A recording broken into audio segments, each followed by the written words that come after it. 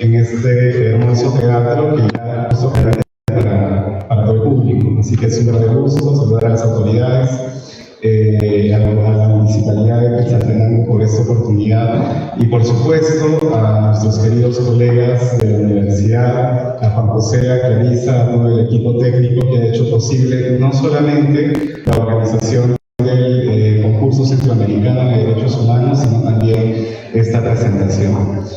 Estas palabras de bienvenida estaban acordadas ya por parte del director del programa, el señor Harun Ran, quien ha participado en la sesión final del concurso, pero que en unos momentos más se nos va a unir.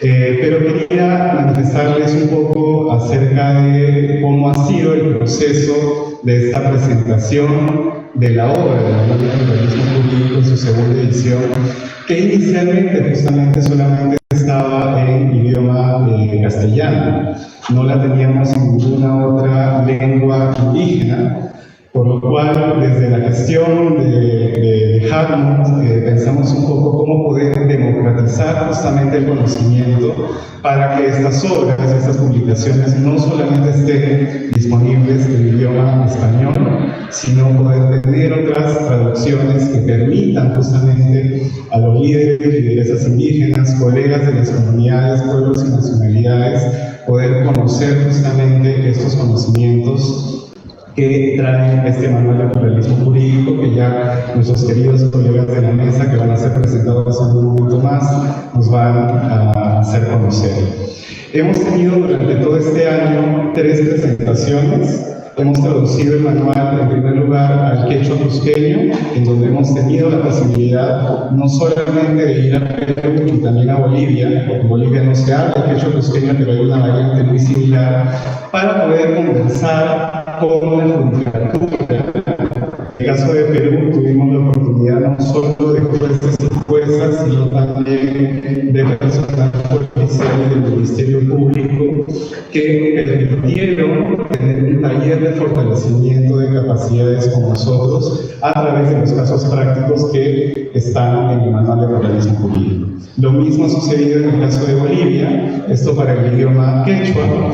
Luego hemos tenido también en septiembre ya la presentación del mismo manual pero en Mapudungun, que es la lengua de las comunidades mapuche. Estas 2 traducciones ustedes también las pueden encontrar en línea en la página del Programa Estado de Derecho para Latinoamérica de la Fundación. Y ahora cerramos el año sin más en una tierra que siempre nos ha acompañado, nos ha acogido muy amigablemente, como es Guatemala, con esta traducción al maya quiché. Si bien no es una de las lenguas que se hable mayormente, digamos, en Guatemala, yo creo que la primera es la maya quiché, es una lengua para nosotros muy importante para poder seguir introduciendo este tipo de publicaciones en los países de la región para democratizar el conocimiento y no solamente tener obras en español y que queden, digamos, en la biblioteca y que no puedan tener una mayor trascendencia, sobre todo a los pueblos, a las comunidades y por supuesto a los operadores de justicia que son los que analizan algunos de estos casos en la justicia ordinaria. Tenemos el agrado de contar el día de hoy con integrantes del Grupo de Pluralismo Jurídico, como es el doctor Guillermo Padilla, el diputado Amílcar Pop, pero también la presencia de importantes colegas como Liliana Hernández, abogada y lideresa indígena guatemalteca y asesora también parlamentaria por parte del Movimiento Muñán, Amanda Romero, investigadora senior y representante para Sudamérica de Business and Human Rights del Subcenter del Centro de Información sobre Empresas y Derechos Humanos, y por supuesto a nuestra querida colega Aide Valey, quien representa la Impunity Watch aquí en Guatemala. Entonces espero que puedan disfrutar esta presentación. Lamentablemente por un tema logístico teníamos previsto entregarles a cada una y a cada uno de ustedes un ejemplar de la traducción bilingüe al maya quiché. Lamentablemente no llegaron los libros y hoy tenemos un taller con líderes y lideresas indígenas, así que les vamos a dar la prioridad para que ellos puedan tener este material, pero están circulando unas listas donde pueden poner su dirección y también su correo. Les hacemos llegar el enlace y por supuesto también cuando ya tengamos la publicación física, hacérselas llegar a sus respectivos países para quienes no son de Guatemala y también para los que están en Guatemala puedan tener esta versión física. Muchísimas gracias y bueno, bienvenidos y bienvenidas todas a esta presentación.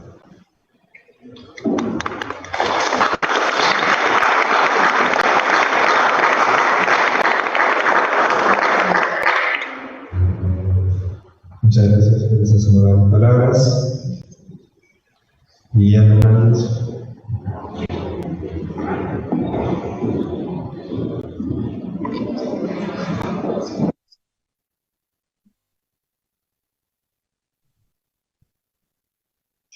Minimal, Teclamanel, Cunanik, Albón, Altomá, Chequic y Bonogel, Utsiquetic, Rialara.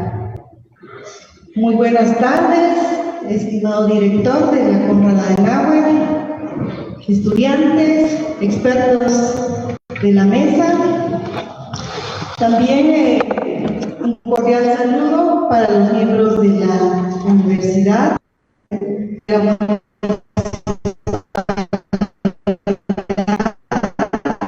importante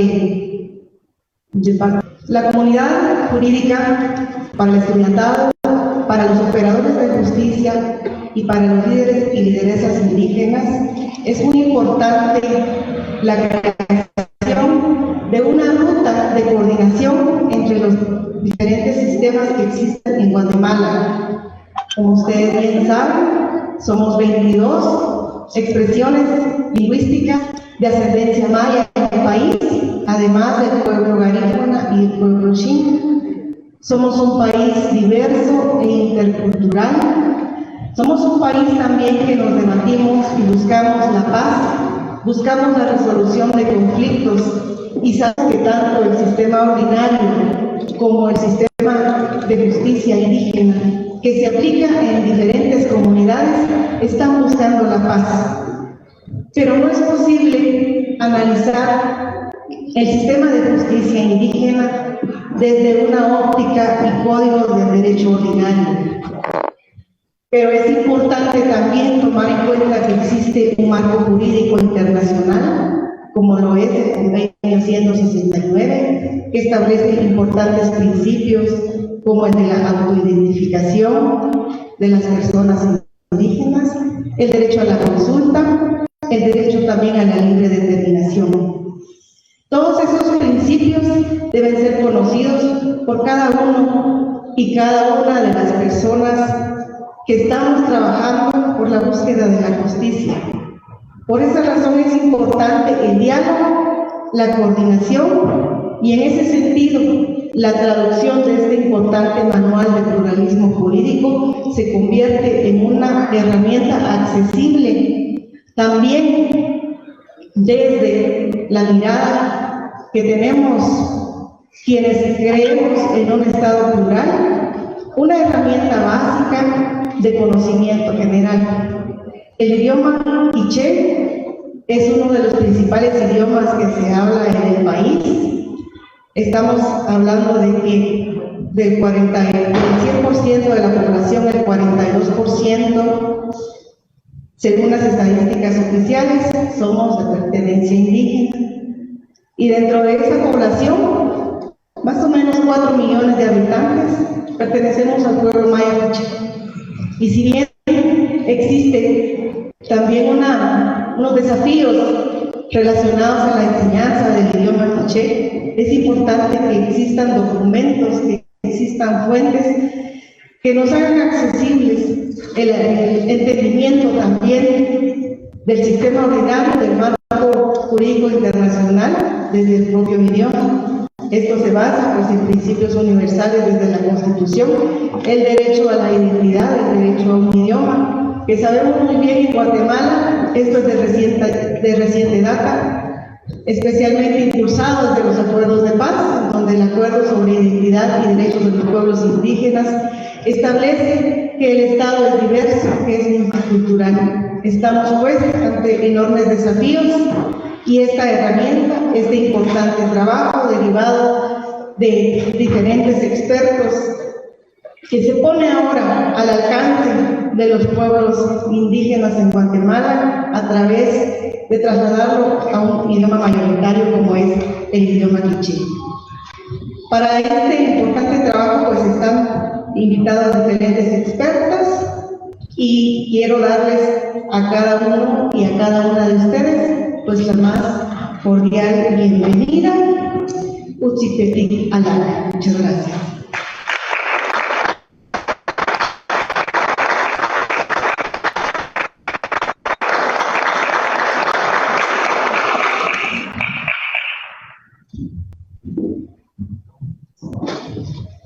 Muchas gracias por las palabras, Silvia. Y se llama adelante.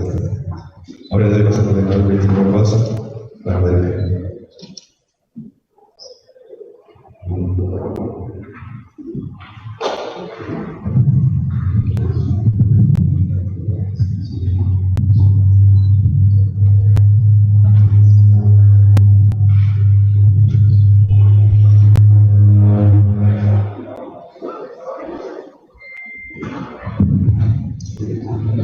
Vamos a pasar entonces ahora al segundo momento de este panel para poder conocer un poco más acerca de lo que nos trae el manual de pluralismo jurídico. No sé si ustedes recuerdan que en la primera edición del MUT Centroamericano justo el caso fue sobre pueblos indígenas. Viviana fue jueza de la FENAC. En ese momento tuvimos a un equipo centroamericano que ganó. Y se discutía mucho el tema también sobre cómo poder compatibilizar o cómo poder hacer que se dialogue la justicia ordinaria con también algunos casos de la justicia indígena, casos de pueblos, nacionalidades y comunidades indígenas. Justamente el manual, como lo comentaba Renato, trae algunos casos prácticos que se ven en la justicia y en el día a día de nuestros pueblos indígenas en toda la región. Para ello y para lograr el Estado de Derecho justamente es importante tener un diálogo que sea armónico pero democrático en el sentido de contar con diferentes perspectivas de cómo se puede aplicar el manual de pluralismo jurídico. Y para ello justamente tenemos a invitadas e invitados que provienen de organizaciones internacionales, tanto de la sociedad civil, que también son académicos y académicas, y por supuesto también parlamentarios que están vinculados en el día a día, porque este tema también tiene que ver mucho con la vinculación con las políticas públicas. Para poder empezar entonces con el panel que hemos denominado la importancia del pluralismo jurídico en Latinoamérica, a propósito de los casos expuestos en el manual de pluralismo jurídico, vamos a tener un primer momento en una intervención de 10 minutos por cada uno de nuestros invitados. Posteriormente vamos a abrir a un espacio público de preguntas y de debate e intercambio con ustedes, que me imagino que no solamente por el tema de migración están aquí en el MUT, sino más allá de otros temas que por supuesto también el tema de migración tiene mucha vinculación con el tema de pueblos indígenas. Entonces, para empezar, quería Amanda Romero, como lo comenté, es investigadora senior y representante para Sudamérica del Centro de Información de Empresas y Derechos Humanos. Amanda, muchas gracias por acompañarnos y te doy el paso por 10 minutos. Muchísimas gracias, un feliz día para todos y todas que terminan esta jornada del MUT. Para nosotras es un honor que hayamos podido participar desde Colombia, de donde vengo yo, en este evento.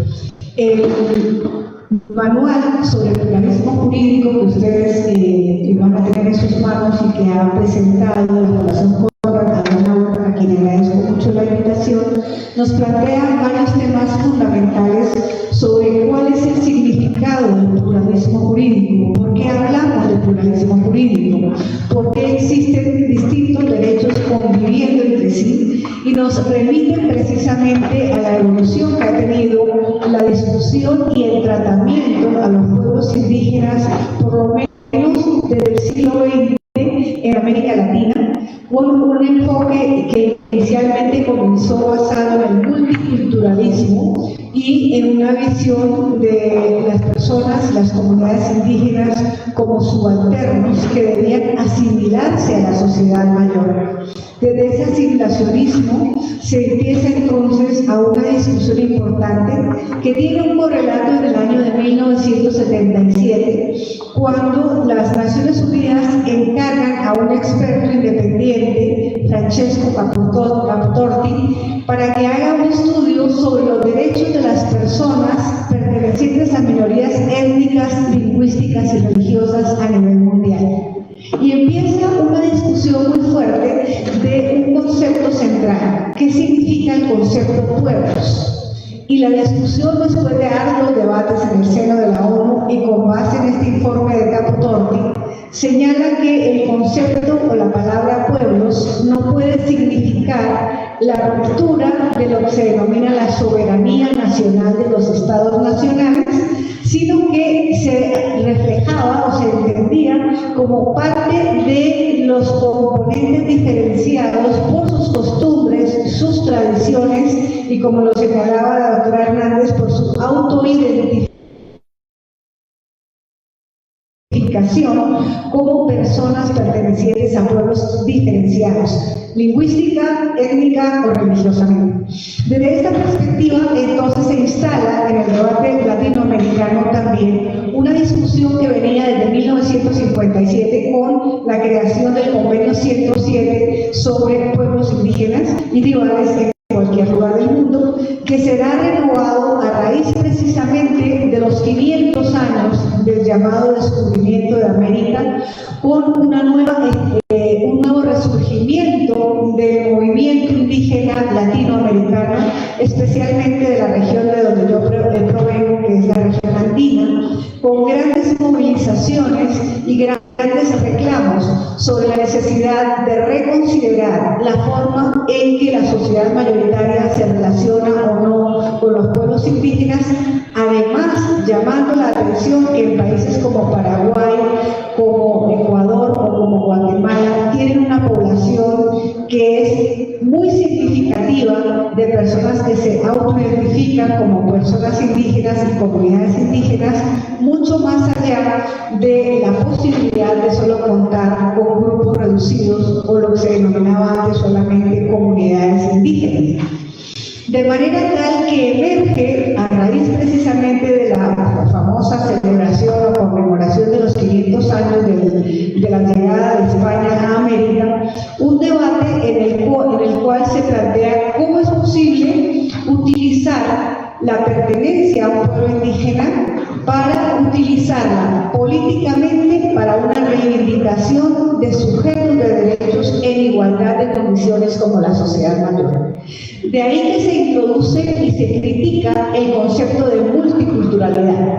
La multiculturalidad nos habla de que somos unas sociedades compuestas por múltiples culturas, como la etimología del término lo señala, como los dedos de la mano, en donde cada uno son diferentes de una mano respecto de la otra, pero que no tiene una trascendencia para la posibilidad de utilización política de esa diferencia.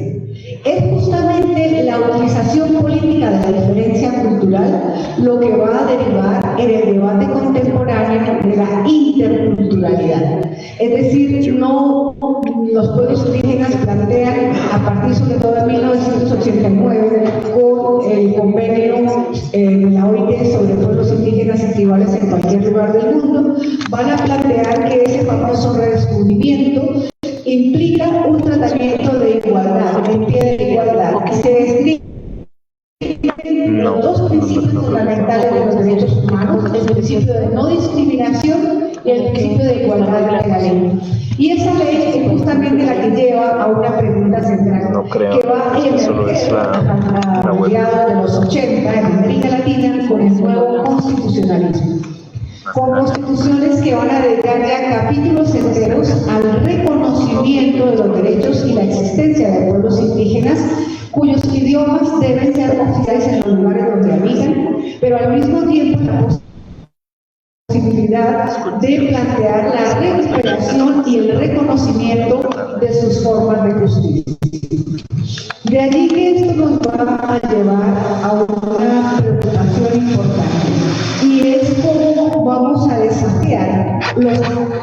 universales antropológicos, como mencionaba Michel Foucault, que consideran al indígena o a la indígena como un único ser, sin la diferenciación que corresponde a las distintas culturas, a los distintos idiomas, a las distintas experiencias personales y comunitarias, sobre todo en países como Bolivia, Paraguay, Colombia, Ecuador o Guatemala, que han sufrido épocas de represión justamente por su pertenencia étnica.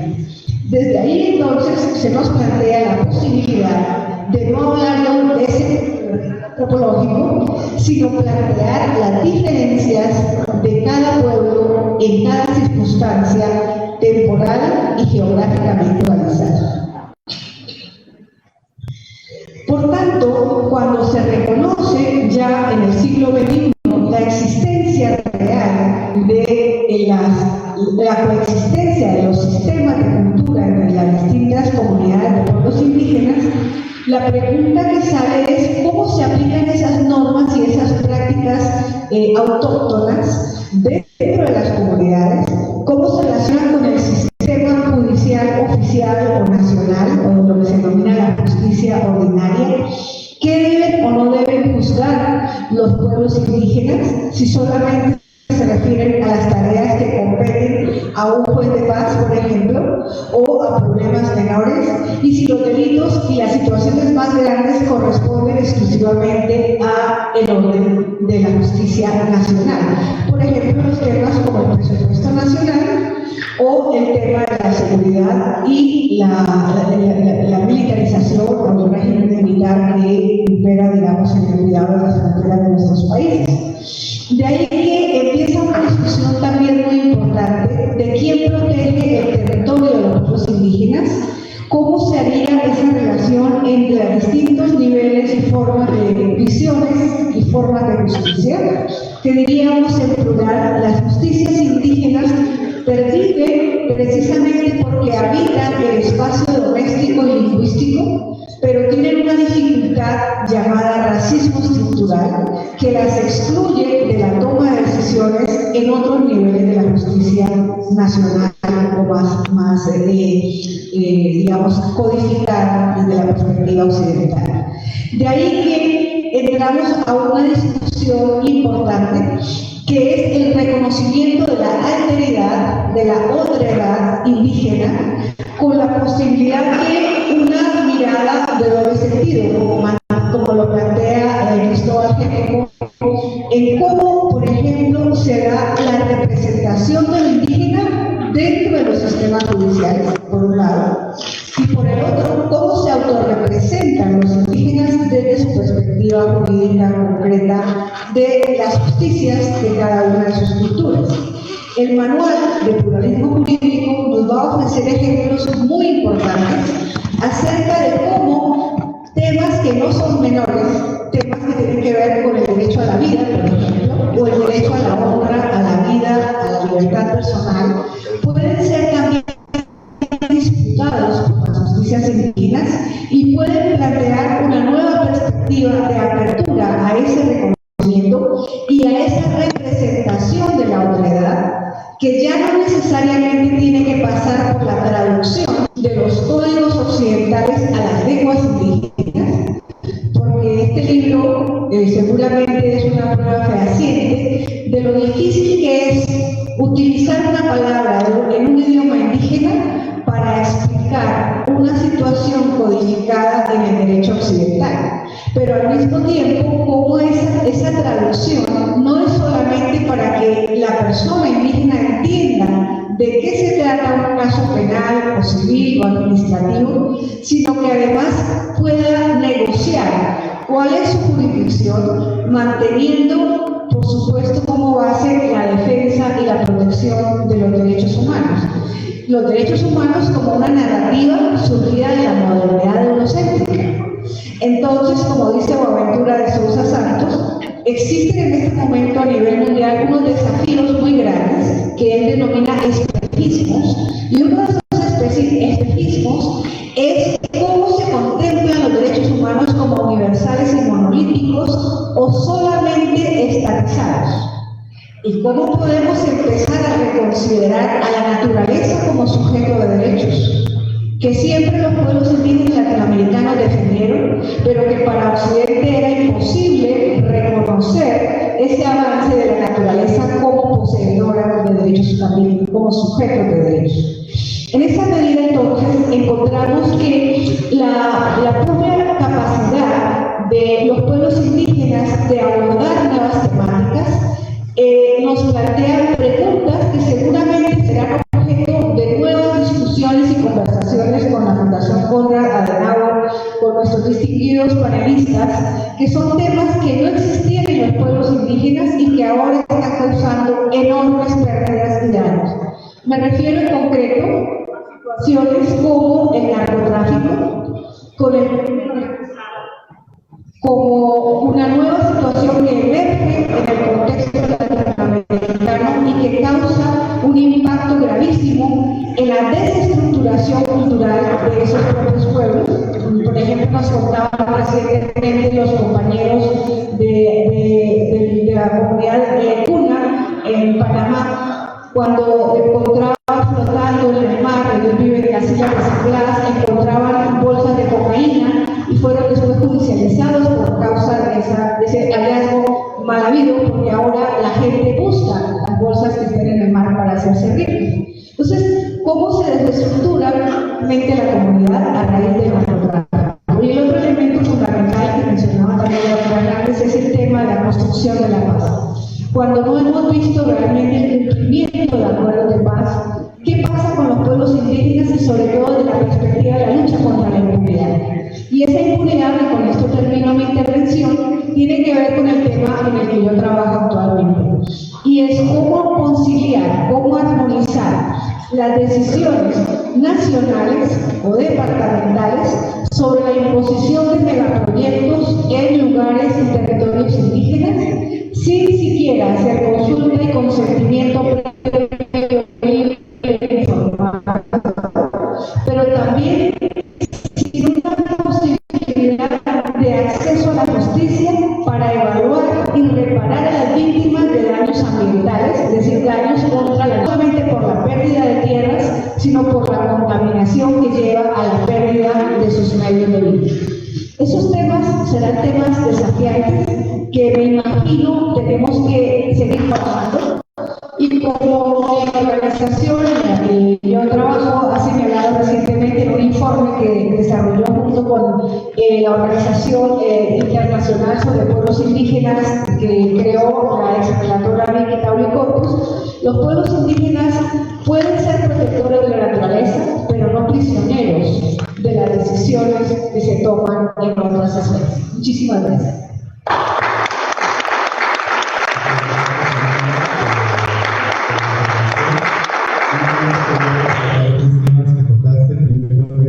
De toda esta generalidad de los organismos jurídicos no hay una fórmula única. Creo que Manuel tampoco presenta una fórmula única como para poder tratar absolutamente todos los casos, justamente por eso hay ediciones nuevas, y seguramente puede haber alguna otra edición para poder abordar un caso en concreto, ya que cada comunidad, cada pueblo, nacionalidad tiene una particularidad diferente, inclusive dentro de un mundo propio. No de desligar de este tema, el tema de empresas y derechos humanos, como bien lo ha señalado, y creo que un punto es no dejar de lado también lo que ha pasado en el conflicto armado.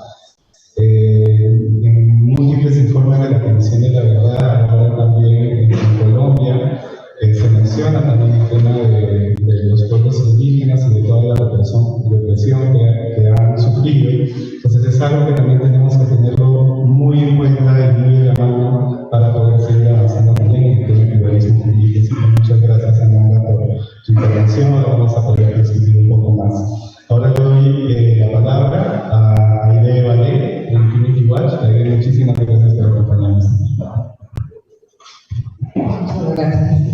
Buenas tardes a todos y todas. Para mí es un honor también ser parte de este panel, tener la oportunidad de haber tenido con anticipación ejemplar este documento interesante que nos llama a la reflexión y que me puso a pensar en varias cuestiones que plantean. En primer lugar, hay que reconocer el esfuerzo que trae este manual para integrar las ideas de varias personas que son conocedoras del pluralismo jurídico, de las normas occidentales y que plantean sus puntos de vista. Pero me parece que es un mayor esfuerzo de la persona que hizo la traducción de este documento, porque es un lenguaje especializado, riguroso, y bueno, tener este documento ya impreso también invita a hacer ese esfuerzo por leer en los idiomas mayas, porque no siempre se tiene este tipo de documentos ya impresos en los idiomas mayas. Entonces es una forma también de contribuir a la preservación de los idiomas, la reivindicación del uso de los idiomas, y por eso también considero que es un importante esfuerzo que se hace a acercar este tipo de información a las autoridades indígenas. En cuanto al planteamiento de por qué es necesario hablar de pluralismo jurídico en diferentes espacios de la sociedad civil, bueno, los participantes, las participantes, pues me llama la atención que sean jóvenes. Eso es bastante interesante porque es necesario que se conozca, es necesario hablar con diferentes grupos, porque en pleno 2022 aún se duda de si es aplicable en América Latina, si las decisiones de las autoridades indígenas son válidas, si tienen que seguir administrando sus propios sistemas de justicia. Eso todavía se cuestiona. Entonces, por eso es importante que en diferentes espacios, con diferentes mecánicas, se pueda plantear y debatir sobre los problemas que plantean en la actualidad el problema jurídico. Quisiera resaltar también que es interesante ver varias cosas que me llamaron la atención. Una de ellas es este planteamiento de los elementos que deben de considerar para analizar, para saber si alguna autoridad si le compete resolver un asunto. Y bueno, hay referencia a lo que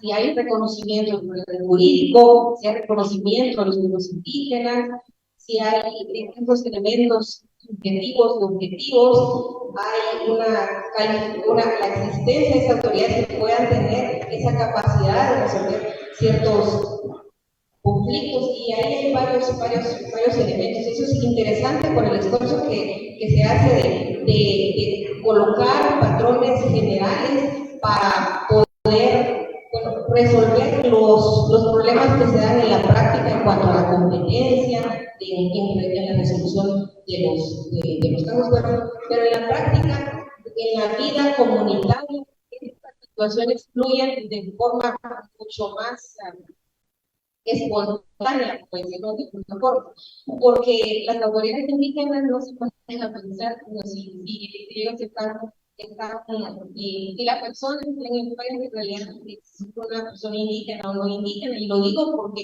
en la realidad las autoridades no se detienen a las cosas, hay casos en los que se resuelven porque son personas pertenecientes a pueblo mestizo, y de la misma forma se aplica y es válida y es importante que señale esto, porque como digo, hay elementos que se siguen cuestionando, y por eso es importante que resaltar todas estas consideraciones, estas nociones que tienen. También quisiera mencionar que como ya lo mencionaba, el conflicto armado dejó grandes afectaciones, grandes vacíos.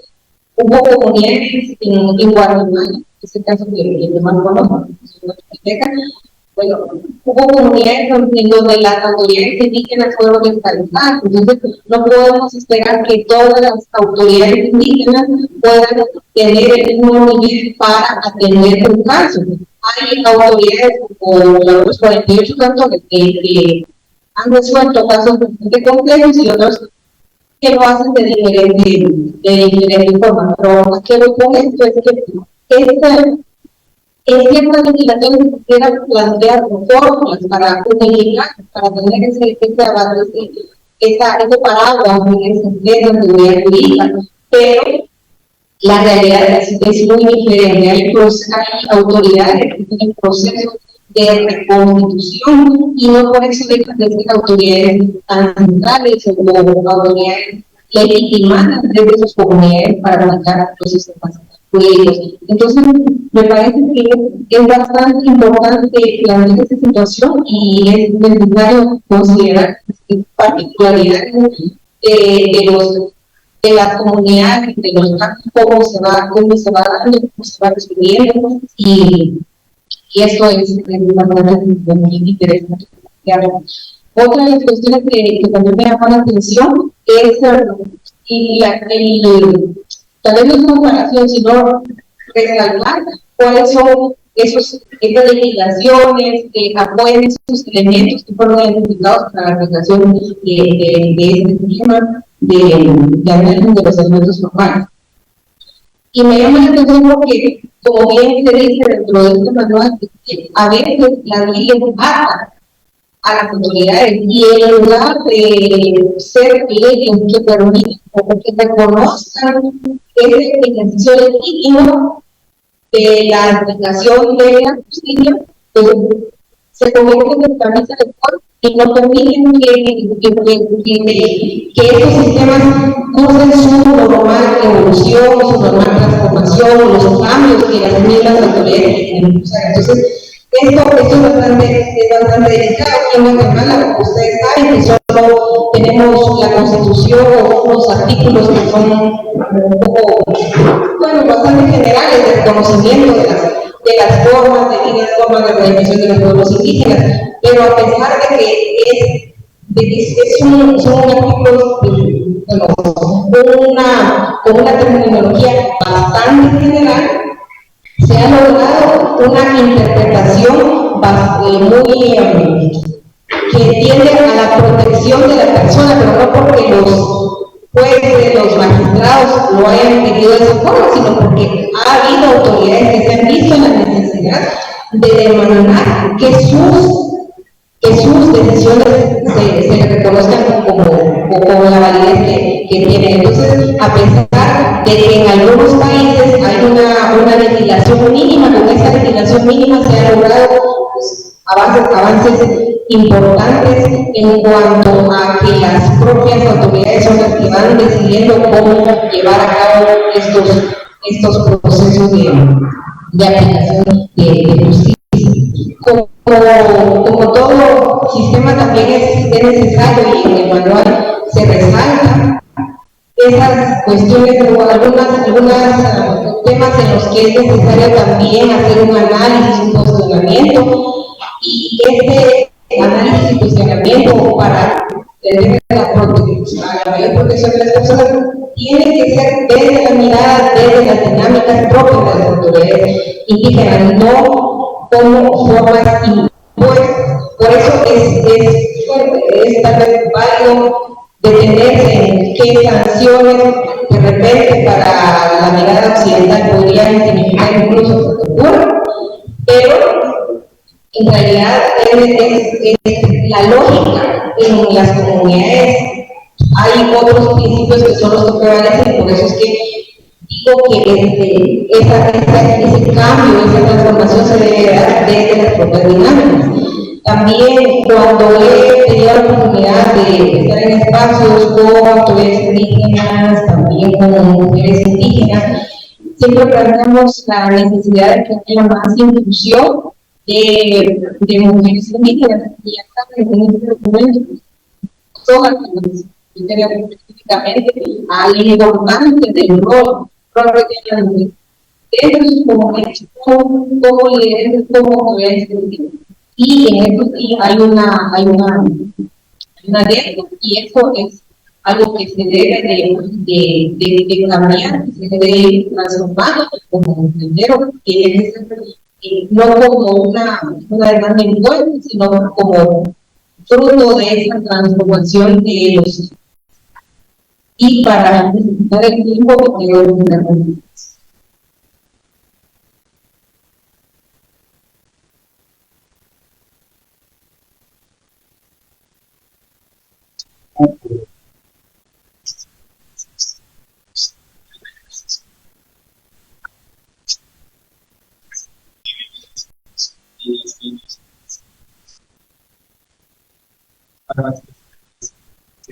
datos, como también de fácil y quizás una pregunta abierta también.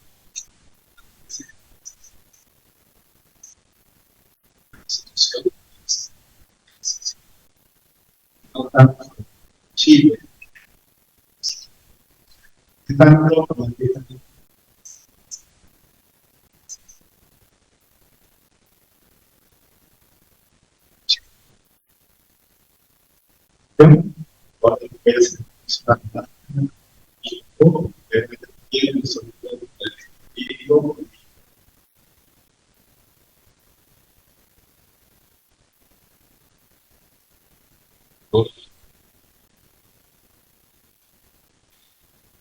estar aquí que se entrenando, especialmente entre tanto jóvenes, o especialmente jóvenes.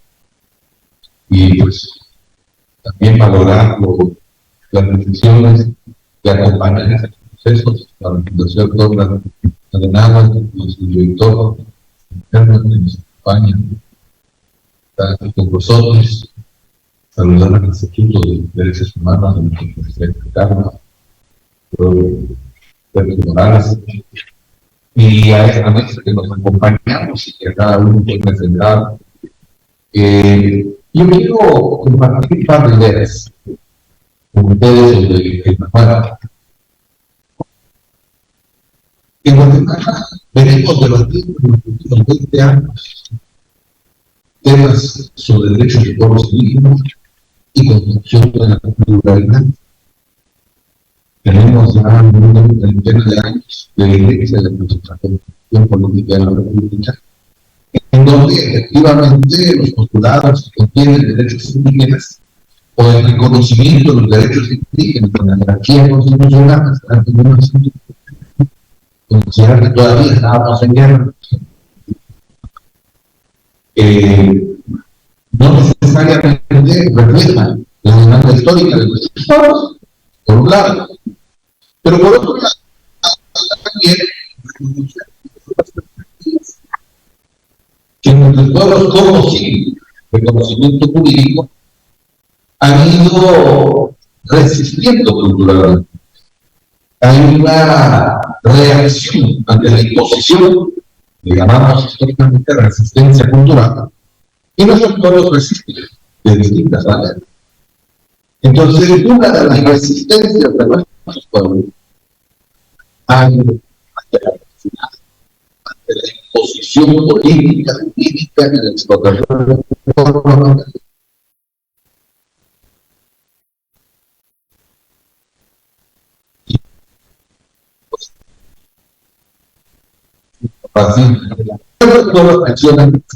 y cómo existe culturalmente continuando con su propia pero no son personales. Y aquí damos un salto cualitativo muy importante, que es uno de los elementos quizás más importantes de la construcción del pluralismo. No es solo la práctica. Si solo fuese la práctica, sería un análisis muy cosmético de nuestro país. Un análisis descriptivo. El elemento que de la pluralidad del Estado es comprender las formas de pensamiento de los otros. Y eso es. De lo contrario, corremos el riesgo de la homogenización o de la llamada integración social, que es una forma de organización. La Iglesia lo impulsó hace décadas. Por ejemplo, la misma Biblia cristiana, pero de idioma mayas. Hay teoría de la metodología, famoso bilingüismo en el sistema en Guatemala, la alfabetización, el sistema educativo hermético diseña un pensamiento eurocéntrico. Nos aleja de nuestra realidad, nos aleja de nuestra realidad y nos hace negar permanentemente nuestro origen. Nos negamos a nosotros mismos. Entonces, el pensamiento filosófico y la cosmovisión, que decimos más tarde, La visión de los pueblos es fundamental como base para construir un realismo jurídico en el Estado. Y en Guatemala hemos hecho eso. Sí, podemos, porque pues sabemos quiénes. Hemos sumado un par de décadas. Recordamos el día de hoy con algunos jueces que hace 20 años, Guillermo y yo estuvimos aquí en un diplomado para jueces sobre el convenio 169. Y el gran debate que se dio en este país, jóvenes, pues no vivieron esos 20 años, por supuesto. Y a poner en vigencia un convenio internacional, que es el convenio 169 de la OIT, la Organización Internacional del Trabajo, en Guatemala. Muchos alegaban que era un pie de la balcanización del país, la división de los grupos, el enfrentamiento bélico, etc. Un desprecio hacia la búsqueda del ejercicio y respeto a los derechos humanos. Más tarde, el debate de los acuerdos de paz, la reforma constitucional no lograda, después otra reforma constitucional. En el análisis del pluralismo jurídico de América Latina, que el manual nos induce, nos da algunos criterios para aplicar normativa del derecho internacional, pero también para aterrizar la normativa en su estructura nacional, y entonces cómo aplicamos la norma jurídica.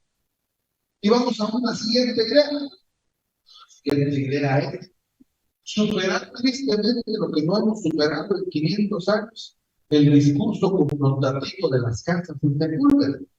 Tan simple como las casas alegaban que el indio era ser humano y Sepúlveda que era irracional, amente.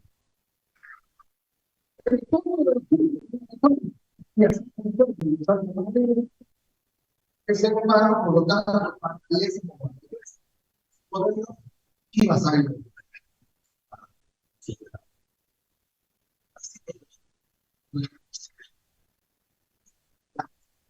Jurídico político.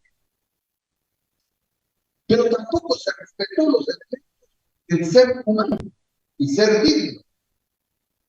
La siguiente conquista son de derecho como fácilmente. La siguiente conquista es entonces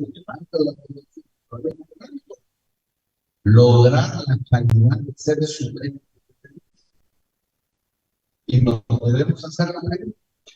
Solo los pueblos indígenas, sin subvención colectiva, sujetos de derechos políticos, sí o no basado en la legislación. ¿Cómo ejercen los pueblos indígenas en ser sujetos de derecho ante el sistema? ¿Cómo ejercen sus distintos derechos? Y esos son los elementos de la construcción de la pluralidad. Tenemos que entender dos grandes ideas en este contexto, especialmente de la justicia. Nos induce hacia el análisis de la justicia en un Estado. Primero, comprender que hay dos dimensiones. Una es, ya bastante añeja, la pertinencia cultural. El juez del Estado, el juez de la justicia ordinaria, pues que sea el idioma del lugar, que él es el Estado, no la gente que es el para los que el juez conozca la cultura. Y la versión filosófica y los valores de la sociedad en donde se encuentra el nexo. Esa es la deuda histórica. Y entonces tenemos que caer al uso de para ilustrar un lado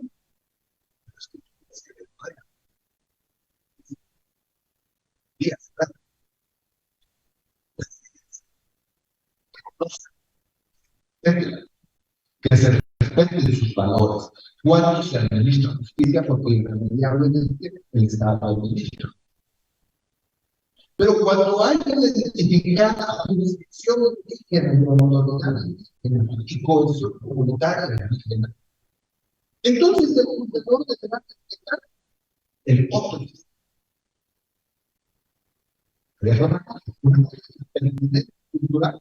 Elementos culturales la administración de justicia.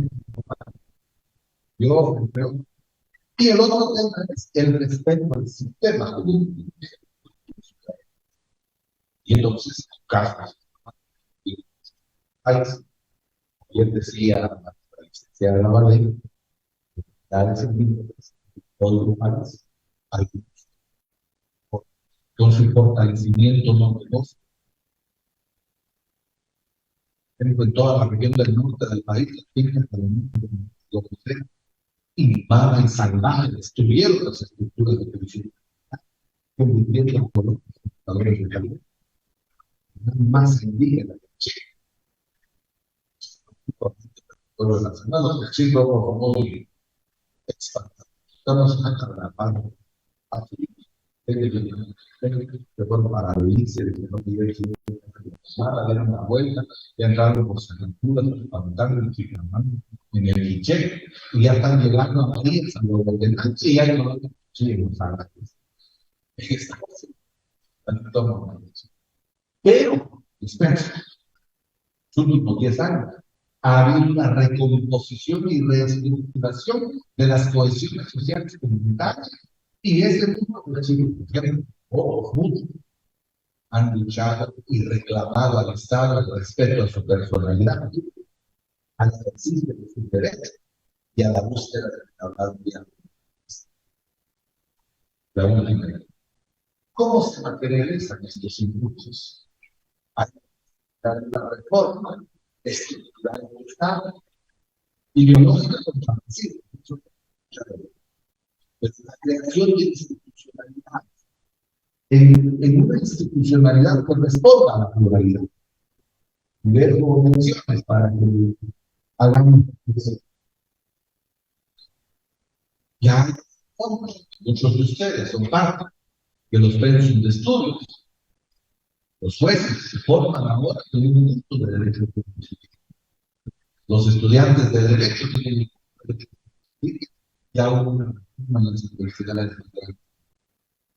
Se creó la Secretaría de Pueblos Indígenas de la Corte Suprema. Se creó la Secretaría de Pueblos Indígenas del Ministerio. Se fortalece el proceso de transformación plural en el Instituto de la Defensa Pública Federal. Y así hay la necesidad, se va cortando. No digo que eso es extraordinariamente bueno, porque decías tú. No, se están dando pasos. La universidad, yo dije un día en 340 años, y cuando se trató en inglés, y hoy es la misma escuela de lengua, sigue en los idiomas, hay muchos idiomas. Tuvieron que pasar 340 años para que avanzáramos del idioma checo. ¿Qué pasa?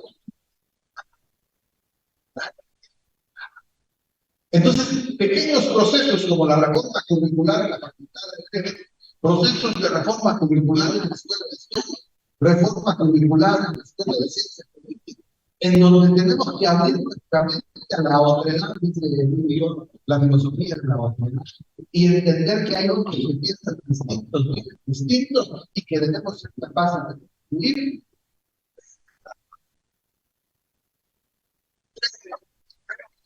consolidan un proceso de pluralidad política en Guatemala y en América Latina, y que induce de manual a sus fundamentos la posibilidad de la aplicación de la norma de sus tres grandes dimensiones: el derecho internacional, el derecho constitucional y la normativa específica. Muchas gracias.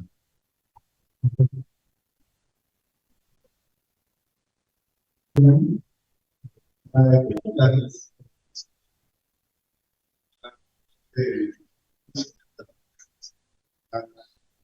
Gracias.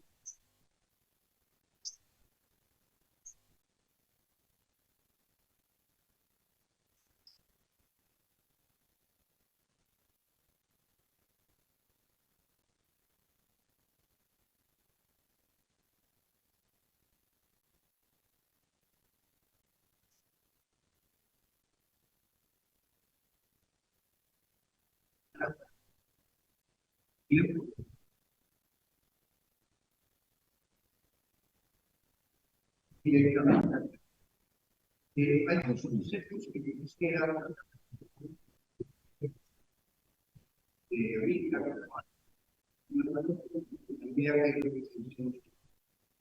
y es la diferencia entre lo que se conoce como la diversidad o la diversidad. Luego, estamos en la posición a unas formas de justicia. Tenemos, cuando se reconoce derechos humanos, cuando se reconoce las actividades del pueblo social, en el derecho de libertad, cuando en el derecho laboral se impone los derechos. En el caso de los pueblos indígenas, estamos hablando de una estructura jurídica que se remonta a miles de años.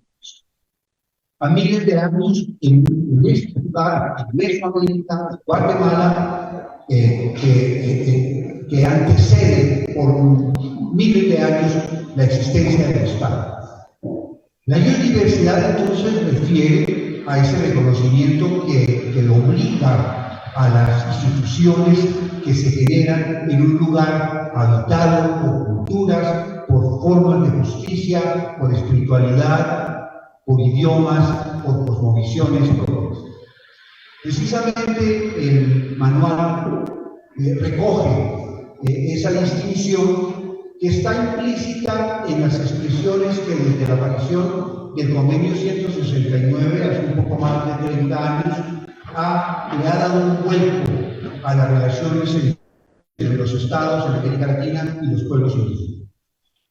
El Convenio 169 tiene muchas virtudes y tiene unas deficiencias. Precisamente nuestra colega Amanda hablaba de debate con todos los conceptos de pueblos. Separa, siendo el uso de pueblos este convenio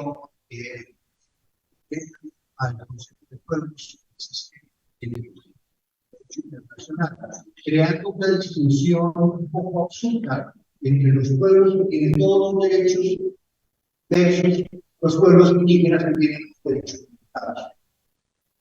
Esa omisión fue de alguna forma complementada de la Declaración de Derechos de los Pueblos Indígenas de las Naciones Unidas y de la OEA, que precisamente de alguna forma complementa esta injusta distinción que según los autores se hizo necesaria para impedir el miedo de los estados a esa organización, esa organización de la que hablaba también.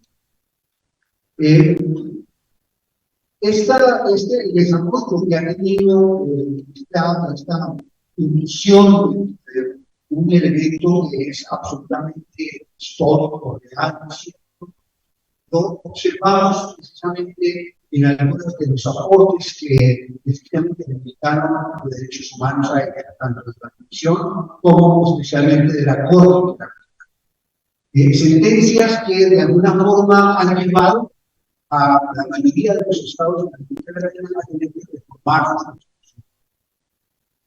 este vuelco, estas reformas constitucionales a las que venía nuestro colega Amanda también ha sido muy importante en el contexto latinoamericano y precisamente nos ha permitido a la humanidad escribir aportes tan fundamentales como las últimas reformas constitucionales ocurridas en Ecuador y Bolivia, en donde los constituyentes de estos estados incursionaron dentro de instituciones prehispánicas tan importantes como el concepto de suma causa, de suma tamaña, en donde ellos nos dicen no podemos hablar de derechos humanos si no entendemos también que la naturaleza de los animales también son sujetos de derechos. Y precisamente este concepto le ha dado la vuelta y ha llevado a países tan lejanos como Nueva Zelanda, a India, a incursionar recogiendo el aporte de la Constitución ecuatoriana y aceptar, en el caso de Nueva Zelanda, que el monte sagrado de los pueblos país son sujetos de derecho, o como la decisión de la Corte Suprema de Justicia de la India que reconoce un rango de derechos. En varios países de América Latina se ha funcionado este reconocimiento, remarcando un hecho que es absolutamente fundamental, y es que América Latina no es una caricatura de Europa. América Latina es una realidad distinta que tiene la posibilidad de aportar en el lenguaje constitucional, legal y de los derechos elementos nuevos que llevan a la humanidad a buscar salidas a las crisis actuales, crisis civilizatoria, crisis ambiental, cambio climático, a incursionar dentro de una perspectiva de acercamiento a derechos distintos. América Latina tiene la posibilidad de aportarle al mundo novedades, no solamente de copiar lo que ya existía en otras dimensiones, por otras realidades lingüísticas, históricas, culturales, y que no llevó a América Latina a conciliar la construcción de una nación, del Estado-nación, que es todavía una tarea inconclusa en nuestros continentes.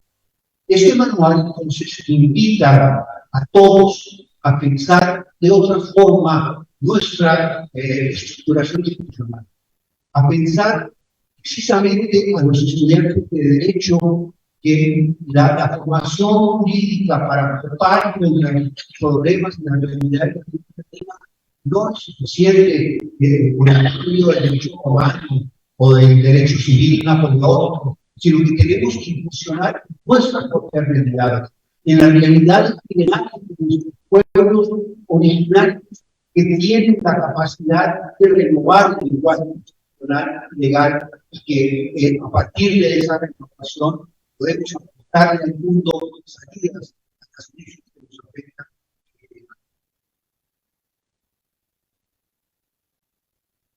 Decía Amílcar algo que quiero remarcar.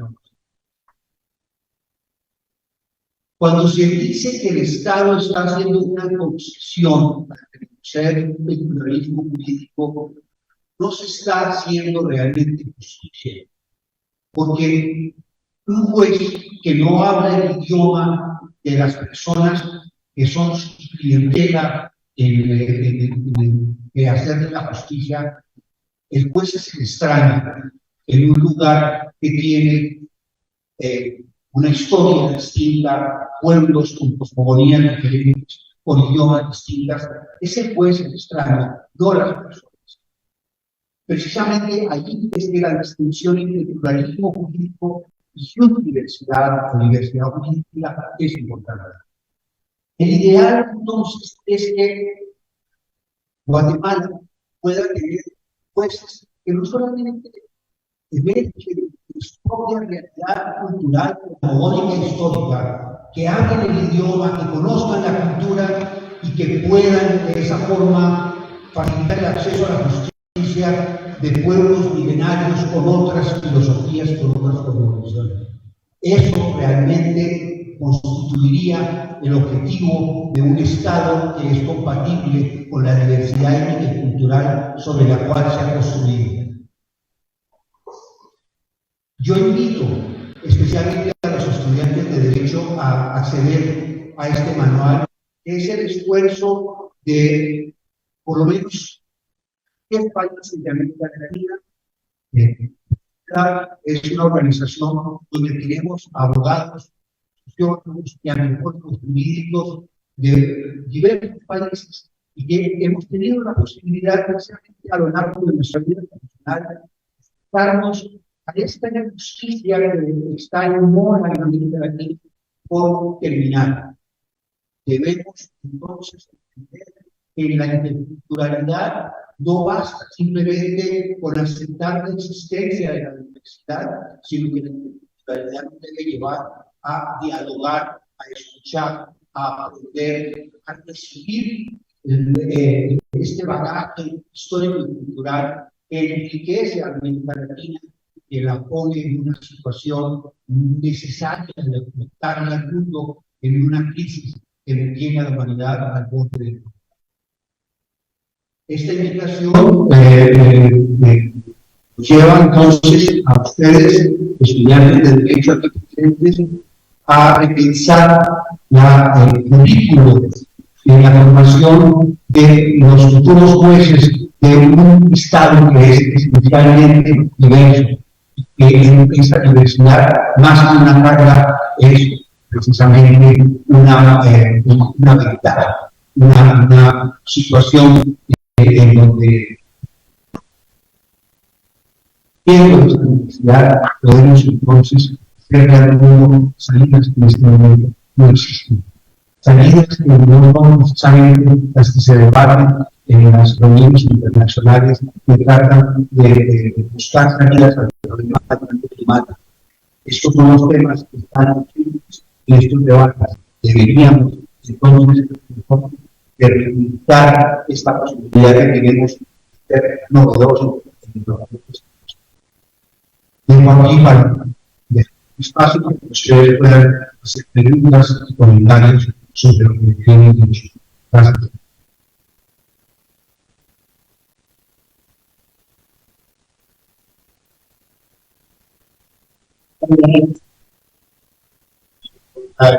Sí, yo quería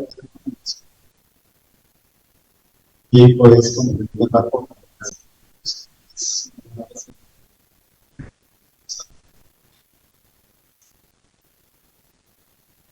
tiempo que no vamos a poder pasar a las cuestiones que ustedes saben. Sin embargo, vamos a estar unos minutos más a ritmo para poder conversar con ustedes. Yo sé que están muy ansiosos por conocer quién es el ganador, el equipo ganador de la competencia, pero valoramos mucho que haya tenido el interés o el poder estar con nosotros en este espacio.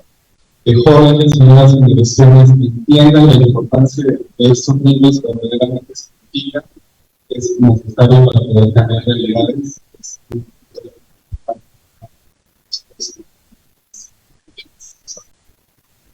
Muchísimas gracias a todas y a todos y agradeciendo que tengo la organización de la competencia para poder. Muchas gracias por venir por aquí.